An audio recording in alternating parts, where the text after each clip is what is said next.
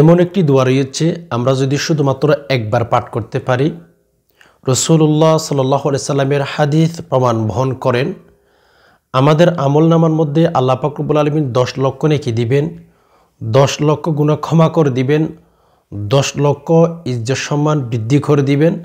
দেন হচ্ছে জান্নাতের ভেতরে একটি বাড়িও তৈরি করে রাখবেন আল্লাহ পাক রব্বুল আলামিন। সুবহানাল্লাহি ওয়া বিহামদিহি, সুবহানাল্লাহিল আযীম। প্রিয় দর্শক, আপনি যদি প্রয়োজন মনে করে থাকেন তাহলে ভিডিওটি শুরু থেকে শেষ অবধি কন্টিনিউ দেখতে থাকেন। দেখেন, নেকি এমন একটা জিনিস, যে জিনিসটা থাকলে আপনি জান্নাতের মালিক হতে পারবেন। সাফ সাফ কথা। দুনিয়ার মধ্যে আপনি যখন বিপদের মধ্যে পড়ে যান, তখন কিন্তু আপনার পকেটের মধ্যে যদি টাকা পয়সা কিচ্ছু না থাকে, সে সময় আপনার আত্মীয় স্বজনদের কাছ থেকে ধার নিতে পারেন, অথবা পরিচিত কেউ যদি থাকে তার কাছ থেকে আপনি ধার নিতে পারেন, ঠিক না? কিন্তু মেরে দোস্ত, জান্নাত এমন একটা স্থান যেটার ভেতর যেতে চাইলে আপনার নেকি লাগবে। ওখানে কিন্তু কারো কাছ থেকে আপনি ধার নিতে পারবেন না, কেউ কারো থাকবে না। কোরআনুল কারীমের মধ্যে আল্লাহ পাক রব্বুল আলামিন কোট করেছেন, ইয়াউমা ইয়াফিরুল মারউ মিন আখি ওয়া উম্মিহি ওয়া আবি ওয়া সাহিবাতিহি ওয়া বানি। আল্লাহ পাক রব্বুল আলামিন ইরশাদ করেন, কিয়ামতের ময়দান এমন একটা স্থান হবে, এমন একটা জায়গা হবে, সন্তান যখন মাকে দেখবে মা পালাইতে থাকবে, স্ত্রী যখন স্বামীকে দেখবে স্বামী পালাইতে থাকবে, বন্ধু যখন বন্ধুকে দেখবে পালাইতে থাকবে। সেজন্য আমি বলবো, জান্নাতের ভেতর যদি যেতে চান আপনার অবশ্যই অবশ্যই নেকি লাগবে। নেকি ছাড়া জান্নাতের ভেতর যেতেই পারবে না, প্রশ্নই আসে না। আপনার আমলনামার মধ্যে সওয়াব থাকতে হবে, গুনাহ থাকা যাবে না, পরিষ্কার কথা। সেজন্য দেখেন, আমাদের হায়াতটা একেবারে ছোট্ট একটা হায়াত। বলে কেমন ছোট্ট হায়াত? আসুন আপনাদেরকে মুসা আলাইহিস সালাতু ওয়াস সালামের জামানার একটা ইতিহাস শুনিয়ে ফেলি, আপনাদেরকে সেদিকে নিয়ে যাই। মুসা আলাইহিস সালাতু ওয়াস সালামের জামানায় এক বৃদ্ধা মহিলা, তার সন্তান মারা গেছে, রাস্তার পাশে বসে বসে কান্নাকাটি করতেছিলেন তিনি। তো পাশ দিয়ে হেঁটে যাচ্ছিলেন মুসা আলাইহিস সালাতু ওয়াস সালাম। মুসা আলাইহিস সালাতু ওয়াস সালাম যখন দেখতেছেন যে এক বৃদ্ধা মহিলা কান্নাকাটি করতেছেন, তো মুসা আলাইহিস সালাতু ওয়াস সালাম জিজ্ঞেস করেছিলেন যে, মা, কি হয়েছে আপনার? যে আপনি অ্যাকচুয়ালি এত কান্নাকাটি করতেছেন, এত ইন্টেনশনের মধ্যে কি জন্য আছেন, কি হয়েছে আপনার? তখন মুসা আলাইহিস সালাতু ওয়াস সালামের জামানার সে বৃদ্ধা মহিলা বলতেছিলেন যে, মুসা দেখো, আমার একটা ছোট্ট বাবু মারা গেছে, আমার একটা ছোট্ট সন্তান মারা গেছে, তো এই জন্য কান্নাকাটি করতেছি। অল্প বয়সে মারা গেছে, এজন্য আমি কান্নাকাটি করতেছিলাম।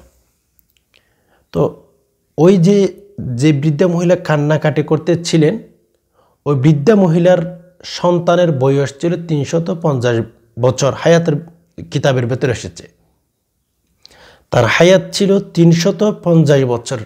একটু খেয়াল করেন। তো মহিলা কান্নাকাটি করতেছেন কেন? ছোট সন্তান মারা গেছে। একটু চিন্তা করে দেখেন, 350 বছর বয়সে সন্তান মারা গেছে, এরপরই এখন শিশু। একটু যদি অ্যানালাইসিস করেন তাদের হায়াত কতটুকু লম্বা ছিল, সহজে বুঝতে পারবেন। তো আসুন, তখন মুসা আলাইহিস সালাতু ওয়াস সালাম ওই বৃদ্ধা মহিলাকে বলতেছিলেন, মা, আপনার সন্তান 350 বছর বয়সের মধ্যে মারা গেছে, ইন্তেকাল করেছেন, আপনি কান্নাকাটি করতেছেন। বলে, হ্যাঁ। ও মা, আপনি কি জানেন আখিরি জামানার মধ্যে এমন কিছু উম্মত আসবে, তাদের নবী হবে, তাদের পয়গম্বর হবে, তাদের রসুল হবে, মুহাম্মদুর রাসূলুল্লাহ সাল্লাল্লাহু আলাইহি ওয়াসাল্লাম। তারা কিন্তু দুনিয়ার মধ্যে জীবিত থাকবে শুধুমাত্র 60 থেকে 70 বছর। 60 সানা, 60 থেকে 70 বছর তারা দুনিয়ার মধ্যে জীবিত থাকবে। মা, তাদের অবস্থা কেমন হবে? আর আপনি কান্নাকাটি করতেছেন 350 বছর একটা সন্তানের জন্য, এখনো শিশু। তো 350 বছর বয়সেও সন্তানটা শিশু ছিল কেন? তাদের লম্বা হায়াত ছিল। আর আমাদের হায়াত অল্প, 60 সানা, 60 থেকে 70 বছর হায়াত। এই হায়াতের মধ্যে আমাদের কিন্তু জান্নাতের মালিক হতে হবে। মুসা আলাইহিস সালাম বৃদ্ধা মহিলাকে বলতেছিলেন যে মা, তারা 60 বছর 70 বছর দুনিয়াতে থাকবে, তাদের ছেলে মেয়ে হবে, তারা কিন্তু মায়ের পেট থেকে যেদিন থেকে আসবে সেদিন থেকে 60 থেকে 70 বছরের ভেতরে সংসারও করবে, কবরের ভেতরে চলে যাবে। তো বৃদ্ধা মহিলা বলতেছিলেন, কি বলো মুসা এগুলো তুমি? 60 বছর 70 বছরের ভেতরে এটা কি সম্ভব? বলা, হ্যাঁ মা, এটা সম্ভব।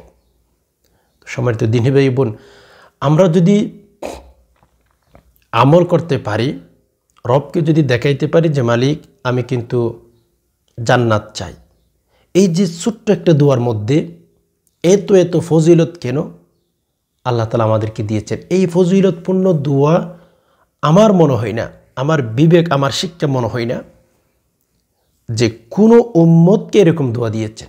রব্বে কাবার কসম, আমাদেরকে আল্লাহ তাআলা দিয়েছেন, রাসূলুল্লাহ সাল্লাল্লাহু আলাইহি সাল্লামের মাধ্যমে জানিয়ে দিয়েছেন। কেন? আমরা ছোট্ট একটা হায়াত নিয়ে দুনিয়ার মধ্যে এসেছি, থাকতে চাইলেও থাকা যায় না, এখানে সুখ শান্তি পেতে চাইলে পাওয়া যায় না। এজন্য তো মানুষ আল্লাহ তাআলাকে ভুলে গেছেন, দুনিয়ার লোভের মধ্যে পড়ে। অথচ ছোট্ট একটা হায়াত দিয়ে আমরা জান্নাতের মালিক হতে পারি। জান্নাতের ভেতর যেতে চাইলে আপনার নেকি লাগবে, সাফ সাফ কথা। নেকি ছাড়া পৃথিবীর কোনো বংশীয় পরিচয়, কোনো সোসাইটির পরিচয় দিয়ে আপনার জান্নাতের ভেতরে যাওয়ার কোনো সুযোগ নাই। না হয় এই হাদিস কখনো আসতেন না।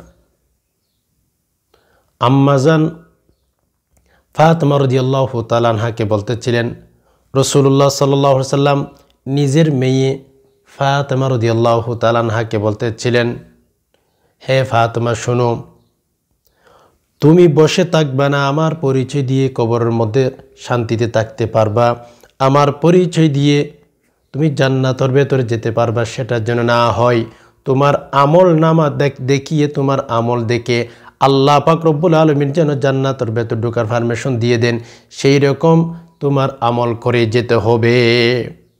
তোমার বাবা রসুল, তোমার বাবা মুহাম্মদ রাসূলুল্লাহ সাল্লাল্লাহু আলাইহি ওয়াসাল্লাম এই কথা বলে তুমি বসে থাকবা না। ফাতেমা রাদিয়াল্লাহু তাআলা আনহাকে নবীজি এই কথা বলেছিলেন। তো মেরে আজিজ, যদি ফাতেমাকে অ্যাকচুয়ালি রাসূলুল্লাহ সাল্লাল্লাহু আলাইহি ওয়াসাল্লাম এই কথা বলতে পারেন, আমাদের কি অবস্থা হবে, আমাদের কত পরিমাণ আমল করতে হবে একটু চিন্তা করে দেখেন। এই জন্য আমল করেন, আমল করেন, রবকে দেখান। আল্লাহ পাক রব্বুল আলামিন যে জান্নাত তৈরি করে রেখেছেন, আসুন জান্নাতের কিছু কথা আপনাদেরকে শুনিয়ে ফেলি। যে ব্যক্তি একেবারে ছোট্ট জান্নাত পাবে, ছোট্ট জান্নাত যে ব্যক্তি পাবে, নেক আমল যদি করে দুনিয়া থেকে বিদায় হতে পারে, ছোট্ট জান্নাত যে পাবে, আল্লাহ পাক রব্বুল আলামিন দুনিয়ার মতো 10 গুণ বড় দুনিয়ায় তাকে দিবেন। দুনিয়ার মতো 10 গুণ বড়। চিন্তা করতে পারেন, একটা কিন্তু আমাদের বাঙালিদেরকে দিবে না, বাঙালিদেরকে আরও বড় দিবেন জান্নাত। কেননা একেবারে শেষে ছোট্ট জান্নাত যে পাবে, আল্লাহ পাক রব্বুল আলামিন যাকে জান্নাত দিবেন, এটার কিন্তু রাসূলুল্লাহ সাল্লাল্লাহু আলাইহি সাল্লামের ওই ব্যক্তির নাম বর্ণনা করে দিয়েছেন, আলোচনা করে দিয়েছেন। আরব গোত্রের এক লোকের জান্নাতের ভেতর একেবারে নিম্ন স্থান, পরে ঢুকবে, কিন্তু তাকে দুনিয়ার মতো 10 গুণ দুনিয়া দিবেন। আমাদের বাঙালিদেরকে আমার মনে হয় আল্লাহ পাক রব্বুল আলামিন আরও বড় দিবেন।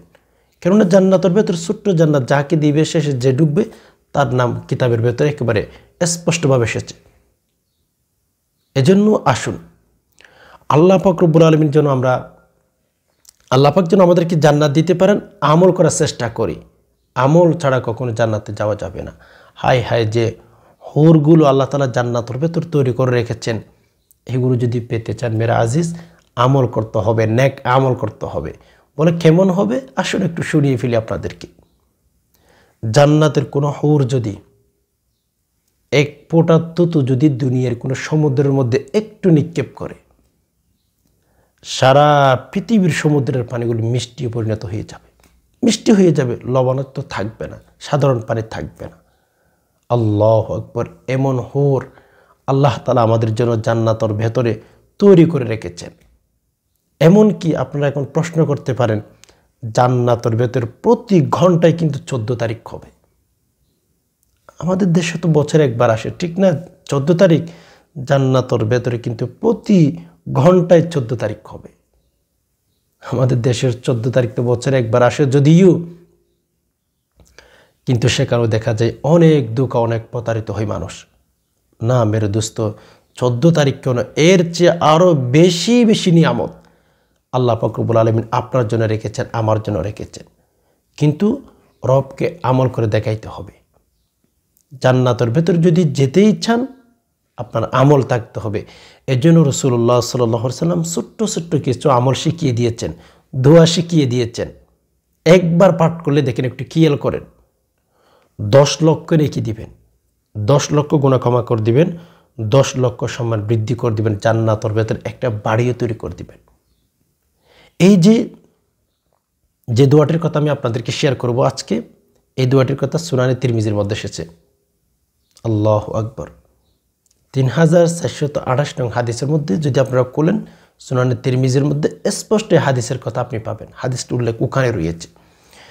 এজন্য সম্মানিত দিনী ভাই বোন, আমি যদি আপনাদেরকে বলি, দুনিয়ার পজিশন যদি আপনার অর্জন করতে চান, আপনি যদি অর্জন করতে চান, তাহলে কোনো মাধ্যম দিয়ে দুনিয়ার পজিশন তৈরি করতে পারবেন, ঠিক না? কিন্তু জান্নাতের ভেতর যদি যেতে চান, ওখানে কোনো পজিশন চলবে না। নেক আমল ছাড়া রব্বে কাবার কসম কোনো পজিশন তৈরি করতে পারবেন না। আমি বলছি তো আপনাদেরকে, ফাতেমা রাসূলুল্লাহ সাল্লাল্লাহু আলাইহি ওয়াসাল্লাম ওয়াজ করতেছিলেন যে, ফাতেমা বসে থাকা কিন্তু যাবে না। জান্নাতের ভেতর যদি যেতে চাও, জান্নাতের মধ্যে যদি পজিশন তৈরি করতে চাও, আমল করতে হবে। এই জন্য তো হাদিসের কিতাবের ভেতর এসেছে, মসজিদে নববীর মধ্যে যখন রাসূলুল্লাহ সাল্লাল্লাহু আলাইহি ওয়াসাল্লাম জান্নাতের বর্ণনা করতেন, যখন জান্নাতের নাজ ও নিয়ামতের কথা সাহাবীদেরকে বর্ণনা করেই দিতেন, আল্লাহু আকবার, অনেক অনেক সাহাবী একরামগণ চিৎকার দিয়ে সাথে সাথে দুনিয়া থেকে বিদায় হয়ে গেছেন।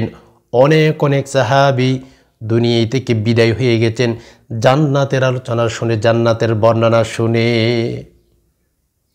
রাসূলুল্লাহ সাল্লাল্লাহু আলাইহি ওয়াসাল্লাম বলেই দিয়েছিলেন তাদের ব্যাপারে, যখন চিৎকার দিয়ে দুনিয়া থেকে বিদায় হয়ে গেছেন, রাসূল বলেই দিয়েছিলেন এদেরকে জান্নাতের নাজ ও নিয়ামতে নিয়ে গেছেন। কেননা রাসূলুল্লাহ সাল্লাল্লাহু আলাইহি ওয়াসাল্লাম জান্নাতের আলোচনা করতেন, দেখে দেখে আলোচনা করতেন। আর রাসূলুল্লাহ সাল্লাল্লাহু আলাইহি ওয়াসাল্লামের জবান মুবারক দিয়ে যদি জান্নাতের বর্ণনা করে, তখন কেমন মজা হবে। এজন্য অনেক অনেক সাহাবী একরামগণ জান্নাতের বর্ণনা শুনেছেন, চিৎকার দিয়ে জীবন শেষ করে দিয়েছেন। কেননা হাদিসের কিতাবের ভেতর তো সরাসরি এসেছে, রাসূল কিন্তু জান্নাত দেখে দেখে বর্ণনা করতেন, নাজ ও নিয়ামত দেখে দেখে বর্ণনা করতেন। হাদিসের কিতাবের ভেতর এসেছে, নবীজি যখন এক সময় মসজিদে নববীর মধ্যে বসে বসে জান্নাতের বর্ণনা করতেছিলেন, তখন মাঝে মধ্যে দেখতেছেন সাহাবী একরাম হঠাৎ করে নবীজির সামনের দিকে হাত বাড়াচ্ছে। নবীজি সামনের দিকে হাত বাড়াচ্ছেন, 2-3 বার এরকম করেছে। যখন আলোচনা শেষ হয়ে গেছে, সাহাবী একরামগণ নবীজিকে জিজ্ঞেস করেছিলেন, ইয়া রাসূলুল্লাহ, একটু যদি বলতেন আজকে আপনি বর্ণনা করার সময়, আলোচনা করার সময়, ওয়াজ করার সময় সামনের দিকে 2-3 বার কি জন্য হাত বাড়িয়েছেন, একটু যদি বলতেন। এই রকম তো আপনি কোনো সময় করেন নাই, আজকে কি জন্য করেছেন যে ইয়া রাসূলুল্লাহ, যে সামনের দিকে 2-3 বার কি জন্য হাত বাড়িয়েছেন, একটু যদি বলতেন। কোনো সময় সেরকম নবীজি করেন নাই। তো রাসূলুল্লাহ সাল্লাল্লাহু আলাইহি ওয়াসাল্লামের কাছে যখন জানতে চেয়েছিলেন সাহাবী একরামগণ, তখন নবীজি বলতেছিলেন যে, তোমরা দেখো, আমি যখন জান্নাতের বর্ণনা করতেছিলাম, জিবরাইল আলাইহিস সালাতু ওয়াস সালাম জান্নাত থেকে জান্নাতের ফল আমার জন্য নিয়ে এসে গেছে, গাছ নিয়ে এসে গেছে, আমার সামনে পাবে ধরে রেখেছে। তো আমি চেয়েছিলাম ওখান থেকে একটা জান্নাতের ফলের গাছ থেকে একটা ফল নেব, তোমাদেরকে খাওয়ানোর ব্যবস্থা করে দেব। সুবহানাল্লাহ। কিন্তু রাসূলুল্লাহ সাল্লাল্লাহু আলাইহি ওয়াসাল্লাম বলেছিলেন, জিবরাইল আলাইহিস সালাতু ওয়াস সালাম বলে দিয়েছিলেন, ইয়া রাসূলুল্লাহ, জান্নাতের ফল দুনিয়াতে খাওয়া কঠিন, সম্ভব না, সেজন্য ওখান থেকে একটা ফল আমি নিতে পারলাম না। এজন্য রাসূলুল্লাহ সাল্লাল্লাহু আলাইহি ওয়াসাল্লাম জান্নাতের বর্ণনা করতেন দেখে দেখে। আসুন সম্মানিত দিনী ভাই বোন, আমি প্রথমে যে কথা বলেছিলাম ভিডিও শুরুতে, সেটা হচ্ছে জান্নাতের ভেতরে যদি যেতে চান কোনো সোসাইটির পরিচয় চলবে না, কোনো বংশীয় পরিচয় চলবে না, আপনার নেক আমল দেখিয়ে জান্নাতের ভেতর যেতে হবে। তো জান্নাতের ভেতর যদি যেতে চান নেক আমল থাকতে হবে। নেক আমল যদি নিতে চান, বেশি বেশি অর্জন করতে চান, তাহলে ছোট্ট ছোট্ট কিছু আমল রয়েছে, এগুলো করলে এমনিতে আল্লাহ পাক রব্বুল আলামিন জান্নাতের ভেতর ঢোকার পারমিশন দিয়ে দিবেন। তো বিশেষ করে সম্মানিত দিনী ভাই বোন, যে দোয়াটির কথা আমি আপনাদেরকে শেয়ার করব, সেই দোয়াটি আমাদের পড়তে হবে বাজারে প্রবেশ করার সময়। আমাদের প্রয়োজনে অপ্রয়োজনে আমরা অনেক সময় বাজারে যাই, ঠিক না? আসমানের নিচে জমিনের উপরে যে সমস্ত জায়গা রয়েছে, সবচেয়ে উত্তম জায়গা, ভালো জায়গা আল্লাহ পাক রব্বুল আলামিনের কাছে মসজিদের জায়গা। বলে কেন? ওই জায়গাতেই মানুষ আল্লাহ পাক রব্বুল আলামিনকে সিজদা করে থাকেন, ওই জায়গাতেই আল্লাহ তাআলাকে জিকির করে থাকেন, গুনাহ ক্ষমা চেয়ে থাকেন, কান্নাকাটি করে থাকেন। পৃথিবীর মধ্যে সবচেয়ে পছন্দনীয় আল্লাহ তাআলার কাছে জায়গা হচ্ছে মসজিদের জায়গা, আর সবচেয়ে নিকৃষ্ট জায়গা হচ্ছে বাজারের জায়গা।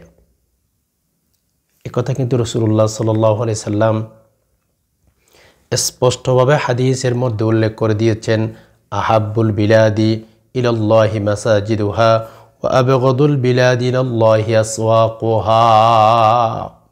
রাসূল স্পষ্ট বর্ণনা করে দিয়েছেন, আল্লাহ পাক রব্বুল আলামিনের কাছে সবচেয়ে দামি জায়গা হচ্ছে মসজিদ, সবচেয়ে নিকৃষ্ট জায়গা হচ্ছে বাজারের জায়গা। এজন্য দোয়া পাঠ করে ঢুকেন, কেননা ওই যে বাজারের মধ্যে গিয়ে দেখবেন বিভিন্ন গান বাদ্য বাজনা, অবৈধ বেপরদা নারী পুরুষ ওখানে থাকে, ঠিক না? সেজন্য নিকৃষ্ট জায়গা হচ্ছে বাজার, উত্তম জায়গা হচ্ছে মসজিদ। বাজারে ঢোকার সময় দোয়াটি পাঠ করবেন একবার। আমরা কত সময় বাজারে ঢুকি, একবার দোয়াটি পাঠ করলে 10 লক্ষ নেকি, 10 লক্ষ গুনাহ ক্ষমা করে দিবেন, 10 লক্ষ ইজ্জত সম্মান বৃদ্ধি করে দিবেন, জান্নাতের মধ্যে একটা বাড়িও তৈরি করে দিবেন। কেন পাঠ করবেন না ভাই? কেন পাঠ করবেন না? আসুন দোয়াটি শিখে নিন, আমার সাথে সাথে রিপিট করেন, আমি শব্দ শব্দ করে বলে দিতেছি। দোয়াটি শিখুন, ইনশাআল্লাহ 10 লক্ষ নেকি একবার পাঠ করলে পেয়ে যাবেন। আমরা আমাদের জীবনে কতবার বাজারে যাই, অনেক মানুষ রয়েছে দৈনিক 2-3 বার বাজারে যায়। তো ঢুকার সময় দোয়াটি পাঠ করেন ভাই, জান্নাত কত সহজ করে দিয়েছেন আল্লাহ তাআলা আমাদের জন্য, কিন্তু আমরা আমল করতে রাজি না। সেজন্য দোয়াটি আমার সাথে সাথে পাঠ করবেন। আজ থেকেই যখনই বাজারে যাবেন দোয়াটি পাঠ করবেন প্লিজ। দোয়াটি শিখে নিন, দোয়াটি আমার সাথে সাথে 2 একবার রিপিট করেন। দোয়াটি হচ্ছে লা ইলাহা ইল্লাল্লাহু ওয়াহদাহু লা শারীকা লাহু লাহুল মুলকু ওয়া লাহুল হামদু ইউহয়ী ওয়া ইউমীতু ওয়া হুয়া হাইয়্যুল লা ইয়ামুতু বিয়াদিহিল খায়র ওয়া হুয়া আলা কুল্লি শাইইন কাদির। লা ইলাহা ইল্লাল্লাহু ওয়াহদাহু লা শারীকা লাহু লাহুল মুলকু ওয়া লাহুল হামদু ইউহয়ী ওয়া ইউমীতু ওয়া হুয়া হাইয়্যুল লা ইয়ামুতু বিয়াদিহিল খায়র ওয়া হুয়া আলা কুল্লি শাইইন কাদির। আবার খেয়াল করুন, হ্যাঁ, লা ইলাহা ইল্লাল্লাহু ওয়াহদাহু লা শারীকা লাহু লাহুল মুলকু ওয়া লাহুল হামদু ইউহয়ী ওয়া ইউমীতু ওয়া হুয়া হাইয়্যুল লা ইয়ামুতু বিয়াদিহিল খায়র ওয়া হুয়া আলা কুল্লি শাইইন কাদির। এভাবে সহি শুদ্ধভাবে শিখে নেবেন। বিশেষ করে দোয়াটি আপনারা আরবি থেকে শেখার চেষ্টা করবেন, কেননা আপনি যদি ভুল উচ্চারণ শিখে ফেলেন সে সময় কিন্তু অর্থের মধ্যে ব্যাঘাত ঘটবে। সো অর্থের মধ্যে ব্যাঘাত ঘটে গেলে কিন্তু তেমন একটা বেনিফিট আল্লাহ তাআলা আপনাকে নাও দিতে পারেন। সো আমি আপনাকে বলবো দোয়াটি আরবি থেকে শিখবেন, সহি শুদ্ধভাবে শিখবেন, একবার পাঠ করবেন 10 লক্ষ নেকি। যখনই বাজারে ঢুকবেন, জীবনে যতবার যাবেন প্রত্যেকটা দিন দোয়াটি পাঠ করবেন। আপনি নিজেও শিখেন, আপনার ছেলে মেয়েদেরকেও শিখান, প্রত্যেককে শিখান। আল্লাহ তাআলা যেন জান্নাত দিতে পারেন, আল্লাহ তাআলাকে যেন দেখাইতে পারেন যে আল্লাহ আমি বাজারে ঢোকার সময় দোয়াটি পাঠ করেছিলাম। সম্মানিত দিনী ভাই বোন, যাই হোক অবশ্যই দোয়াটি আমরা সকলে শিখে নেব। যখনই বাজারে প্রবেশ করব অবশ্যই দোয়াটি পাঠ করার চেষ্টা করব। আশা করি বিষয়টি বুঝতে পেরেছেন। আল্লাহ পাক রব্বুল আলামিন সকল মুসলিম উম্মাহকে বাজারে ঢোকার সময় এই দোয়াটি সহি শুদ্ধভাবে পাঠ করার তৌফিক দান করুক, আমিন। প্রিয় দর্শক, ভিডিওটি যদি দেখে ভালো লেগে থাকে অবশ্যই একটি লাইক দিয়ে অন্যান্য মুসলিম ভাই বোনদের মধ্যে শেয়ার করে দিবেন। কেননা আপনার শেয়ারের মধ্য দিয়ে কোনো দিনই ভাই বোন যদি দোয়াটি শিখে নিতে পারে, আমল করতে পারে, আল্লাহ তাআলা আপনাকে নেকি দান করবেন। সেজন্য অবশ্যই যদি কষ্ট না হয় ভিডিওটি শেয়ার করে দিবেন। এ ছিল এলোমেলো বিক্ষিপ্ত কিছু আলোচনা। এতক্ষণ পর্যন্ত যে সমস্ত ভাই বোন ব্যস্ত থাকার পরেও সময় দিয়ে সবর করে ভিডিওটি দেখছেন, আল্লাহ তাআলা আপনাদের সকলকে শান্তিতে রাখুক, নিরাপদে রাখুক, আমিন। হাদা মা ইনদি ওয়াল ইলমু ইনদাল্লাহ আলাইহি তাওয়াক্কালতু ওয়া ইলাইহি উনীব। আসসালামু আলাইকুম ওয়া রাহমাতুল্লাহি তাআলা ওয়া বারাকাতুহু ওয়া মাগফিরাতুহু ওয়া জান্নাতুহু।